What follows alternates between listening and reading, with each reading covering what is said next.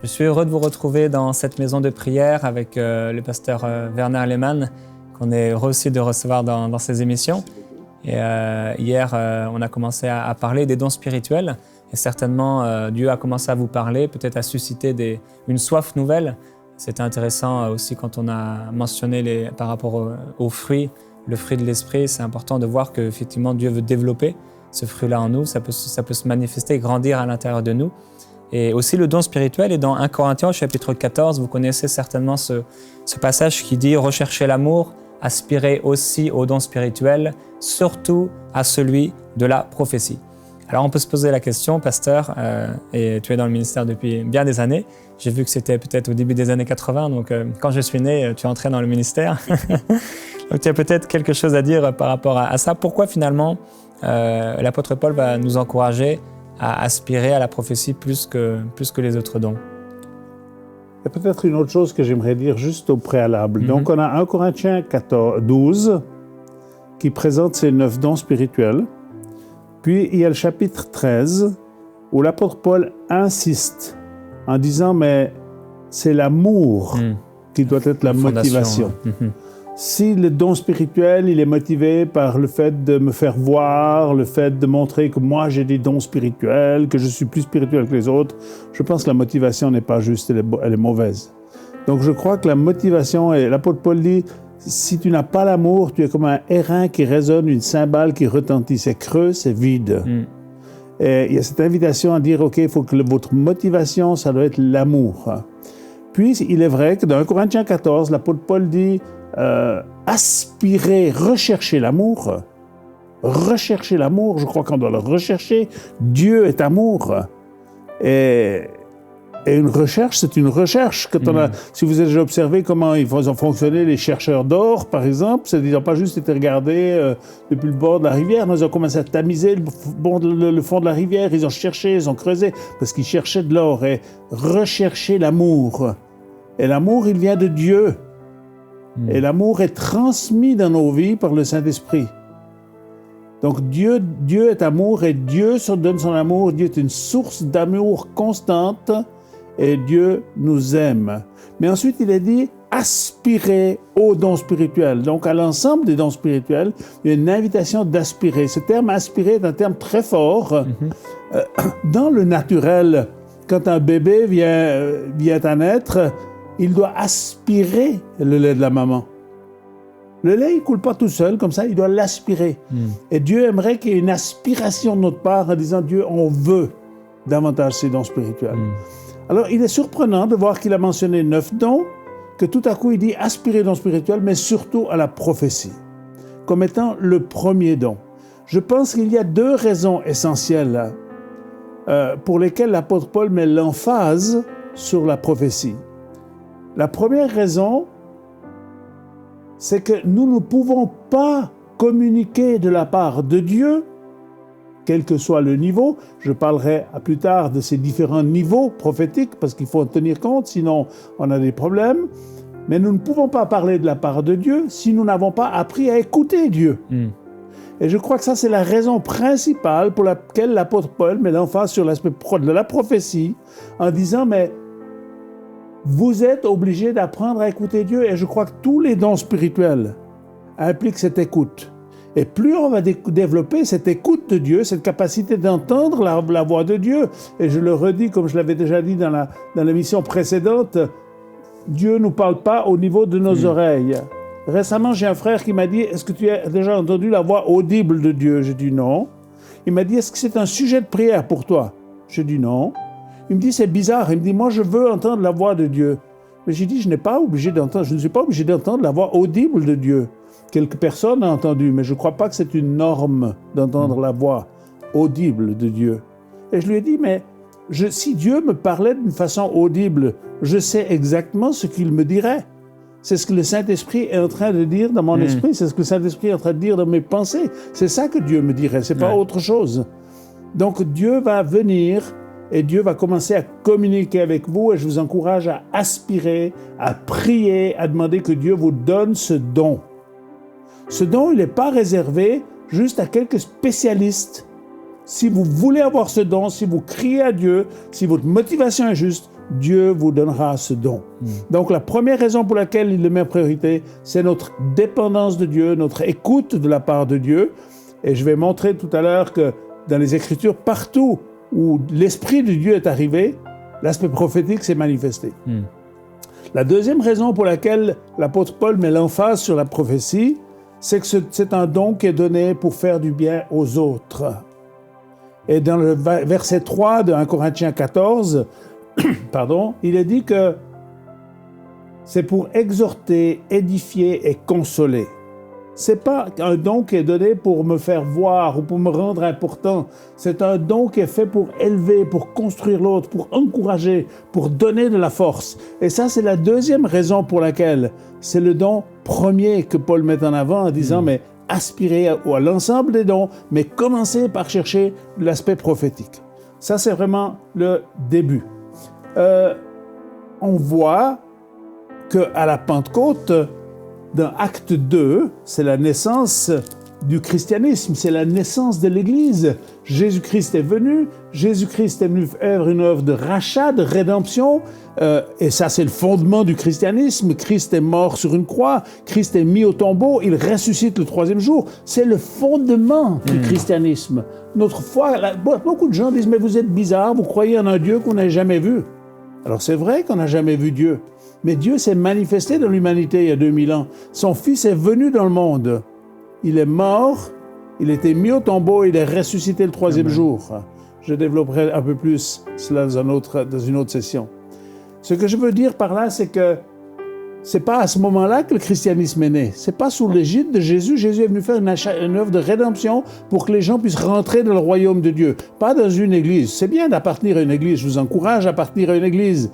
Mais l'objectif, c'est pas une église qui nous sauve. Celui qui nous sauve, c'est Christ. Et l'objectif de l'église, c'est le royaume de Dieu. Je veux faire rentrer les gens dans le royaume de Dieu. De rentrer dans mon église, maintenant celle où je suis pasteur, n'est pas suffisant. Vous ne serez pas sauvés parce que vous venez de mon église. Vous serez sauvés parce que vous êtes rentrés dans le royaume de Dieu. Et le Saint-Esprit, c'est au moment où Christ va retourner auprès du Père que le Saint-Esprit est envoyé sur la terre. Et quand le Saint-Esprit est envoyé sur la terre, les gens sont surpris. Parce que les gens commencent à parler des langues qu'ils n'ont pas apprises. Il y a des manifestations spirituelles. Il y a des dons spirituels qui commencent à se manifester. Et voici ce que dit l'apôtre Pierre dans Acte 2, au verset 17. Dans les derniers jours, c'est une reprise du prophète Joël.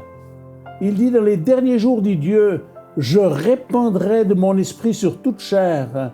Vos fils et vos filles prophétiseront. Vos jeunes gens auront des visions, vos vieillards auront des songes. Oui, sur mes serviteurs et mes servantes, je répandrai de mon esprit et ils prophétiseront. Et on voit successivement dans ces textes des Actes des Apôtres, dans Acte 8, que les gens sont remplis du Saint-Esprit parce qu'ils posent les mains sur eux, qu'un magicien qui s'appelait Simon a vu que quelque chose se passait, il a voulu acquérir ce don à prix d'argent, et évidemment les apôtres ne sont pas rentrés dans son jeu. On voit dans Acte 10, alors que Pierre est allé chez Corneille, que tout à coup les gens sont remplis du Saint-Esprit, se mettent à prophétiser et à glorifier Dieu. On voit dans Acte 19, qu'au moment où l'apôtre Paul va prier pour des disciples, qu'ils se mettent à prophétiser et à glorifier Dieu. Mais on peut regarder aussi dans l'Ancien Testament que ce don a commencé à se manifester très tôt. Dans le livre des Nombres, au chapitre 11, Dieu a fait un acte souverain. L'Esprit de Dieu n'est pas encore disponible pour l'humanité. L'Esprit de Dieu réside sur certaines personnes que Dieu a choisies, qui sont des prophètes et certains rois. Mais l'Esprit de Dieu n'est pas disponible pour tout le monde. Donc Moïse était le prophète. Mais à un moment donné, dans Nombre 11, verset 29, il est dit que Dieu a pris de l'Esprit qu'il avait répandu sur Moïse et il l'a répandu sur les 70 anciens. Et immédiatement, ils se mettent à prophétiser. Et probablement que Josué, qui était l'assistant de Moïse, a couru vers Moïse. Il dit, Moïse, le peuple prophétise. Fais-les arrêter, c'est ton travail à toi, Moïse, de prophétiser. C'est pas le rôle du peuple. Et Moïse va dire quelque chose de très intéressant. Il dit, puisse tout le peuple être composé de prophètes. Puisse tout le peuple être composé de prophètes. Et malheureusement, juste dans la suite du texte, il est dit qu'ils ne continuèrent pas. Mm. Et beaucoup de gens parfois aspirent à quelque chose, commencent à le faire, et puis bon, finalement, je le laisse tomber. Mais si on veut grandir dans quelque chose, il faut continuer à l'exercer. J'aimerais mentionner une ou deux autres écritures. J'aimerais dire que l'Église de Jésus-Christ, avec un « et » majuscule, pas mon Église, ceux qui ont reconnu le Christ comme sauveur et seigneur de leur vie, nous sommes un peuple prophétique. Dans Apocalypse 19 au verset 10, il est dit que le témoignage de Christ, c'est l'esprit de la prophétie. Pourquoi nous sommes un peuple prophétique? Parce que nous croyons en des réalités qui ne sont pas encore visibles. C'est prophétique. Et le témoignage de Christ, ce que Christ est venu faire dans l'humanité, c'est quelque chose de prophétique. C'est extraordinaire. C'est extraordinaire. Nous faisons partie d'un peuple prophétique. Et j'aimerais que le peuple de Dieu, l'ensemble des croyants, nous devenions un peu plus prophétiques, un peu plus dépendants de la révélation de Dieu. Et pas seulement juste avec des principes, des règles, des lois, avec des dogmes, avec une liturgie, et puis dire, voilà, j'ai fait ce qui est juste et ça suffit. Il faut qu'il y ait la vie de Dieu puisse se développer. Je crois, chers amis, que Dieu va répandre encore dans cette dernière... Nous sommes dans un temps crucial de l'histoire de l'humanité. L'humanité, sur le plan de son humanité, ne va pas très bien. Il n'y a pas besoin d'être prophète pour dire cela. Hein? Il suffit d'allumer la télévision, de regarder ce qui se passe dans le monde. Il y a des choses terribles qui se passent. Le monde ne va pas très bien. Mais Dieu aime ce monde. Et Dieu veut se révéler. Et je crois que Dieu va répandre son esprit sur tous ceux qui le cherchent. Cette parole du prophète Joël où il est dit que dans les derniers temps, je répandrai de mon esprit. Dieu veut répandre de son esprit là où on est prêt à accueillir le Saint-Esprit. Amen. Si je m'enferme dans ma théologie, dans mes principes, dans mes structures, l'Esprit de Dieu n'aura pas de place. Mais si nous nous ouvrons à l'Esprit de Dieu va se manifester. Amen. Il va se manifester.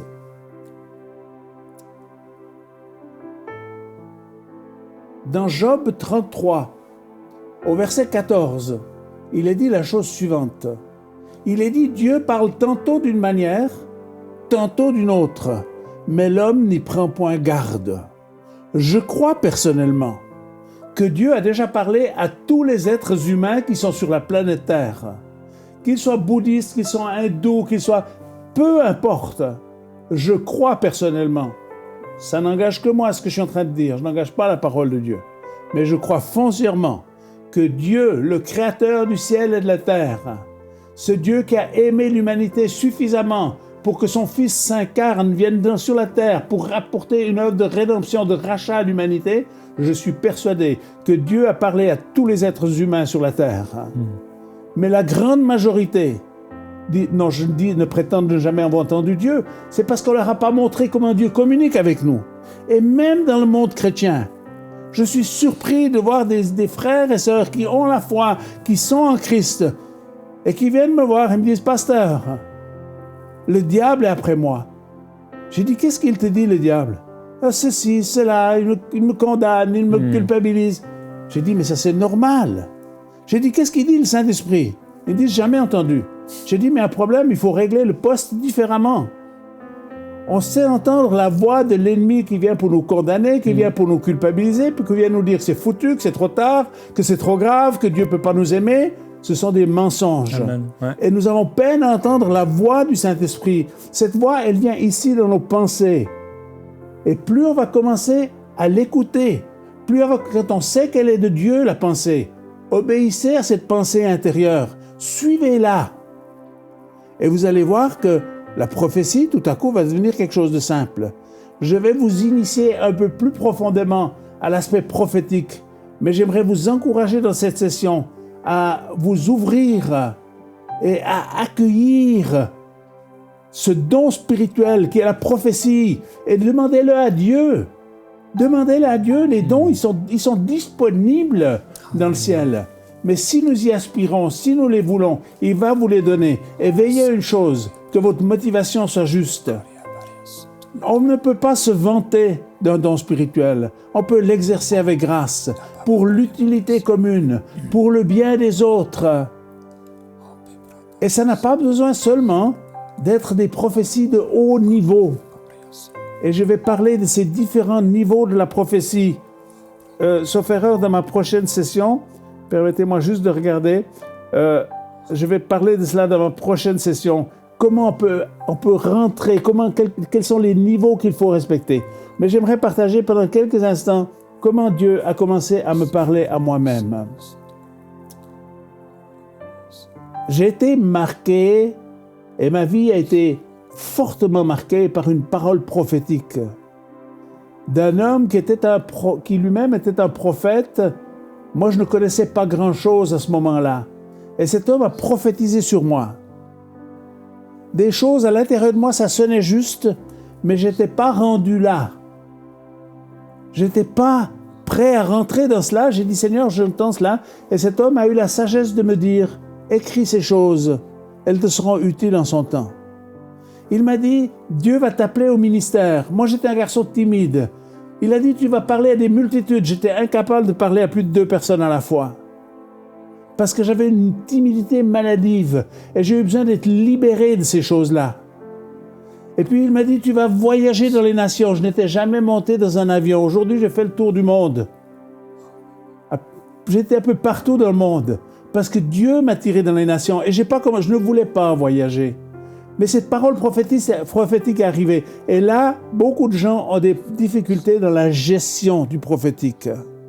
J'ai reçu cette parole qui était extraordinaire dans un sens. Intérieurement, je savais que c'était juste. Extérieurement, j'ai dit, Seigneur, je ne suis pas rendu à ce stade-là. Mais j'accueille cette parole. Et j'ai dit, Dieu, si cette parole est de toi, alors tu vas me conduire. Tu vas me diriger. Mais moi, je fais mes affaires. Et à ce moment-là, je suis fermier. Au moment où j'ai reçu cette parole, mon épouse venait juste d'accoucher du 4e. Et mon épouse a dit, est-ce que tu penses qu'on doit partir en mission? En Afrique ou ailleurs dans le monde? Je dis, non. Mon père était décédé, j'avais repris la ferme familiale. J'ai dit, on va travailler, on va élever nos enfants et on va s'impliquer dans une communauté locale. Et puis si Dieu veut quelque chose de nous, il faut qu'il nous le montre à nous. Je ne vais pas commencer à courir parce que quelqu'un m'a donné une parole prophétique. C'est très important. Beaucoup de gens courent non seulement après les prophéties, mais ensuite ils courent pour réaliser la prophétie. Vous n'êtes pas censé réaliser la prophétie. La parole prophétique, si elle vous est adressée, laissez Dieu la réaliser. Et vous faites une chose, vous apprenez à obéir à Dieu et à faire ce qu'il vous demande. Alors j'ai cette parole à l'intérieur de moi. Et j'étais content d'avoir reçu cette parole. Et beaucoup de gens ont dit, ah, c'était pas une vraie parole, parce que t'as vu, ça s'est pas réalisé. J'ai dit, j'ai pas répondu à ces histoires-là. J'ai dit, Seigneur, c'est toi qui conduis ma vie. Ma vie, je l'ai remise dans ta main. Je t'ai donné le droit de me diriger, de me conduire, mais je ne vais rien faire juste par moi-même. Alors c'est vrai que Dieu cherche toujours une coopération avec nous. Dieu ne fait pas les choses malgré nous. Dieu les fait avec nous. Et ça a pris du temps. Les années ont passé. Moi, j'étais un entrepreneur initialement. Donc j'ai développé ma ferme, j'ai acheté une nouvelle ferme, j'ai construit des bâtiments. L'église dans laquelle nous sommes aujourd'hui, c'est moi qui étais le maître de l'ouvrage, c'est moi qui ai conduit les travaux. Pendant 1 année et demie, j'ai travaillé là avec des bénévoles. Et quand j'ai terminé ce travail-là, mon épouse m'a dit, est-ce que tu ne penses pas que c'est le temps d'un changement? Et je dis à mon épouse, c'est trop tard. On avait tellement investi, on avait beaucoup d'argent dehors, mes affaires tournaient bien. Je dis, je crois que c'est trop tard. Mais dans ce qu'elle m'a dit, j'ai entendu la voix de Dieu. Et j'ai dit, certainement que tu as raison. Et j'ai commencé à réfléchir, j'ai sorti mes machines à calculer, j'ai commencé à regarder comment je pouvais me retourner. Et nous avons choisi de quitter notre profession initiale, qui était une profession de fermier. J'avais un travail pastoral déjà à ce moment-là, depuis de nombreuses années, mais je n'étais pas dans le ministère à 100%. Et Dieu m'a tiré dans le ministère. La réalisation de cette parole prophétique a pris 15 ans, jusqu'à ce qu'elle se réalise. Mais tout ce que cet homme avait dit sur ma vie, c'est réalisé. C'est pas moi qui ai cherché à le réaliser, c'est Dieu qui l'a réalisé. Juste parce que moi j'avais un désir dans mon cœur, c'était d'obéir à Dieu. Et j'aimerais vous rendre attentif à cela. J'aimerais aussi dire ceci ici par rapport encore à la prophétie. C'est quelque chose d'extraordinaire. Je vais vous montrer dans d'autres sessions comment vous pouvez apprendre à prophétiser sur vous-même, comment vous pouvez apprendre à prophétiser sur les autres personnes. Je vais vous montrer les différents niveaux à respecter dans la prophétie parce qu'il y a eu beaucoup d'erreurs qui ont été commises ces dernières décennies. Moi, je dirais ces 30 ou 40 dernières années où l'onction prophétique est revenue sur le corps de Christ. Il y a des choses qui sont passées qui n'étaient pas totalement comme elles auraient dû être. Et des gens étaient parfois blessés ou abusés par des paroles prophétiques qui ont manipulé, qui nous ont manipulés. Et parfois, nous ne savions pas quoi faire avec cela. J'aimerais vous encourager à une chose, et je vais terminer avec cela avant de prier. J'aimerais que le menu principal de votre vie chrétienne soit la parole de Dieu, la Bible. Et je vous encourage en particulier à vous concentrer sur la dernière partie qui est le Nouveau Testament. Il y a 4 évangiles, je vous encourage à lire l'évangile de Jean. Et demandez à Dieu de se révéler à vous. Quand on n'est pas initié dans la marche de la foi chrétienne, certaines choses sont difficiles à comprendre. Donc faites la même chose que l'un de mes amis. Il ne connaissait rien à la Bible, il n'était pas chrétien. Et quand il est devenu chrétien, qu'il a ouvert sa Bible, il a trouvé ça très bizarre, parce qu'on lui a ouvert sa Bible dans Matthieu, chapitre 1er. Et là, c'est la généalogie de Jésus. Et il a dit, c'est comme si on m'avait donné un annuaire téléphonique, je ne comprends rien. Et la personne qui lui avait donné une Bible lui a dit, j'aimerais te poser une question, est-ce que tu aimes le poisson? Il a dit, oui, le poisson est l'un de mes mets préférés. Il lui a dit, quand tu as un poisson entier dans l'assiette, qu'est-ce que tu fais? Tu coupes tout ça en 4 et tu commences à manger. Il dit non, tu sépares soigneusement les arêtes de la chair.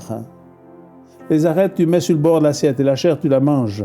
Faites la même chose avec les parts de la parole de Dieu que vous ne comprenez pas. Mettez-les un peu sur le côté, prenez ce que vous comprenez. J'aimerais vous encourager à lire la parole de Dieu. Ça doit être le menu principal. La prophétie, je crois que c'est plus le hors-d'œuvre. C'est plus le dessert. Et on n'est pas appelé à marcher seulement à coups de prophétie, à courir après les prophètes pour avoir les paroles prophétiques. Cherchez vous-même à écouter Dieu. Et quand Dieu vous aura parlé, souvent la parole prophétique va venir confirmer des choses que Dieu a dites à l'intérieur de vous. Maintenant, j'aimerais, dans les minutes qui nous restent, j'aimerais pouvoir prier avec vous. J'aimerais pouvoir prier pour que vous puissiez vous ouvrir à cette réalité de la prophétie, que vous puissiez apprendre à écouter Dieu pour vous-même. Et je montrerai dans les sessions suivantes comment vous pouvez prophétiser sur vos propres vies. J'aimerais vous inviter à la prière. Si vous êtes devant votre écran ou devant votre télévision, je vous invite à faire cette prière avec moi. Seigneur Jésus-Christ, Seigneur Jésus-Christ, tu es retourné auprès du Père. Tu as envoyé le Saint-Esprit. Cher Saint-Esprit, je te souhaite la bienvenue. Cher Saint-Esprit, viens ouvrir mon intelligence. Viens éveiller mon esprit pour que je sois capable d'entendre ta voix, que je sois capable de recevoir des directives de toi, que je sois non seulement capable de les entendre, non seulement de recevoir des pensées de Dieu, mais la capacité de les mettre en application, de les pratiquer. C'est primordial, parce que nous pouvons entendre de Dieu, mais si nous ne mettons pas en pratique ce que Dieu dit par son esprit, si la pensée prophétique que Dieu vous donne, vous ne l'appliquez pas, quand Dieu vous demande de régler un problème, quand Dieu vous demande de changer telle ou telle chose dans votre vie, si vous ne l'appliquez pas, peu à peu, au lieu que cette voix se développe, vienne de plus en plus facile à entendre, ça va se refermer. Donc j'aimerais vous prier pour que Dieu vous donne cette capacité d'entendre, mais que vous ayez la détermination. Dieu, il y a des choses que Dieu fait, il y a des choses que vous devez faire. Et je prie que vous ayez cette capacité, que quand Dieu vous parle, et Dieu est en train de parler à beaucoup d'entre vous en ce moment, Dieu est en train d'éveiller votre esprit, Dieu est en train de placer des pensées à l'intérieur de vous. Je devrais faire ça, je devrais régler tel problème, il y a telle chose que je dois une fois pour toutes régler. J'aimerais vous encourager à obéir. Vous ne progresserez pas dans l'écoute prophétique si vous ne commencez pas à obéir à la voix de Dieu à l'intérieur de vous. Si vous n'êtes pas sûr que c'est Dieu, allez voir un pasteur, allez voir un homme de Dieu, allez voir un prêtre, quelqu'un qui aime Dieu, qui peut vous dire « Oui, ça c'est Dieu qui t'a parlé ». Fais-le. Mais tu vas peu à peu découvrir, et habituellement nous le savons à l'intérieur de nous, parce que Dieu parle ici, habituellement dans notre cœur, dans notre esprit, il y a une confirmation, oui, c'est Dieu qui me parle. Et si Dieu t'a parlé, et je sais que Dieu parle à beaucoup d'entre vous en ce moment, et je libère cette onction de révélation pour que Dieu vienne toucher vos vies, parce que Dieu vous aime trop, Dieu nous accepte comme on est, mais Dieu nous aime trop pour nous laisser comme nous sommes. Donc Dieu veut nous transformer et l'onction prophétique va commencer à vous transformer vous-même. Sinon, vous allez communiquer quelque chose qui est souillé, vous allez communiquer quelque chose qui n'est pas pur et Dieu veut changer vos vies. Et j'aimerais t'encourager, obéis. Obéis. Peut-être que Dieu te demande te semble difficile. Peut-être que ça implique de confesser, de reconnaître des choses, de demander pardon. Peut-être que ça implique retourner un peu dans le passé. Mais j'aimerais vous dire, ça vaut la peine. Si tu veux découvrir cette vie avec Dieu, si tu veux découvrir cette réalité du Saint-Esprit, des dons spirituels et de la prophétie, tu dois commencer à obéir à la parole de Dieu. Si tu n'obéis pas à la parole de Dieu, tu ne pourras pas entendre de la part de Dieu. Ou ce que tu vas entendre va être confus et brouillé. J'aimerais m'adresser à des pasteurs, j'aimerais m'adresser à des prêtres, j'aimerais m'adresser à des hommes de Dieu. Dieu veut déverser sur vous, sur tout le peuple, mais de façon première sur vous, les serviteurs de Dieu. Dieu veut déverser son esprit. Dieu veut vous donner une onction prophétique. Et j'aimerais vous encourager à chercher Dieu avec détermination. Faites attention, il y a des dons parfois qu'on appelle des dons de Dieu qui n'en sont pas. Ils sont occultes. Ils ont une racine, ils ont une source qui est polluée, qui ne vient pas de Dieu, même si parfois certaines choses se passent aussi au travers de ces dons-là. Mais l'Esprit de Dieu va vous éclairer. L'Esprit de Dieu va vous conduire parce que Dieu vous aime. Et j'aimerais vraiment vous bénir, vous remercier pour l'écoute et l'attention que vous avez portée à mes paroles. Et j'aimerais vous dire que je vous parle de la part du Seigneur. Je ne suis pas là pour moi-même. Je suis là pour que vos vies soient édifiées, pour que vos vies soient changées et que la gloire de Dieu revienne dans ta vie, dans ton couple, dans ta famille, dans ta maison, dans ton lieu de travail, dans ton business. Et j'aimerais appeler la bénédiction de Dieu. Et je dis que l'Éternel te bénisse, que l'Éternel te garde, que l'Éternel fasse luire sa face sur toi dans le nom du Seigneur Jésus-Christ. Amen. Alléluia. Père, je prie pour toutes les personnes qui ne fonctionnent pas avec l'esprit de la prophétie, toutes ces personnes qui sont sèches, toutes ces personnes qui ne sont pas comme Marie à repasser tes paroles dans leur cœur, tous ceux qui ont oublié de marcher sur ta parole. Père, je prie pour eux, pour elles, qu'aujourd'hui ils puissent à nouveau entendre ta voix clairement, qu'ils puissent à nouveau croire en ta parole et qu'ils puissent vivre sur cette parole, sur l'esprit de la prophétie, sur ta parole. Je prie pour eux, Père, afin que leurs yeux soient ouverts et que leurs oreilles puissent entendre ce que l'Esprit dit à l'Église. Père, merci pour ces paroles d'instruction. Merci pour ces temps où tu parles à ton peuple et tu l'encourages à aspirer à la prophétie. Et Père, nous voulons aspirer ensemble à la prophétie. Nous aspirons à ton esprit, l'esprit de la prophétie, et nous proclamons ta vie en nous, ta place en nous, que ton royaume s'installe en nous et à travers nous. Manifeste ta gloire, Père. Nous te bénissons au nom de Jésus-Christ. Amen. Envoyez-nous vos sujets de prière à prière@enseigne-moi.com.